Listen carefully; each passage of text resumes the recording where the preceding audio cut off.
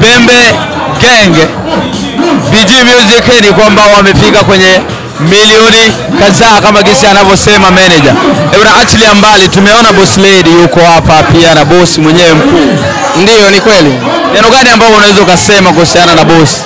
Neno ambalo naweza nikamwambia ni kwamba hongera sana kwa kazi ambayo ameifanya hadi tumefikia kitu hiki cha tarehe 31 mwezi huu. Kiukweli anastahili kupewa maua yake.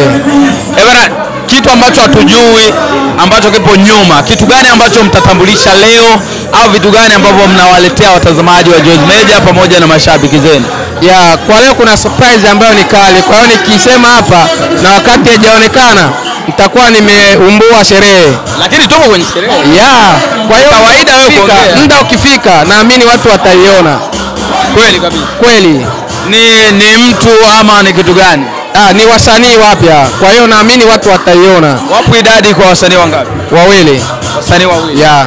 Ebona wanasema kwamba wapo na wasanii wawili ambao watatambulisha leo. Poa, mmoja wapo unaweza kumtaja hata kwa jina? Ya, mmoja anaitwa Golden Star. Nani? Golden Star. Golden Star. Wa pili? Golden Star. Wa pili? Wa pili anaitwa Nyoka Girl. Nyoka Girl.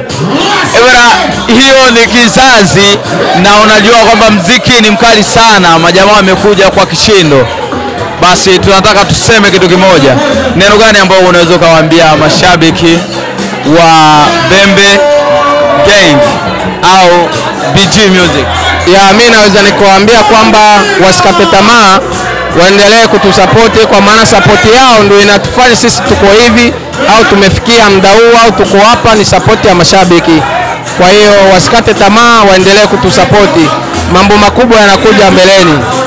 Ebana, kama gisi mnavyosikia ni kwamba kauli ipo, kazi ipo na kazi ipo njiani. Upo nami Soma Kimwanya, nyuma ya kamera nipo na mwanangu Bichast. Naweza nikasema kanasi ili upate kufaidi. Asante.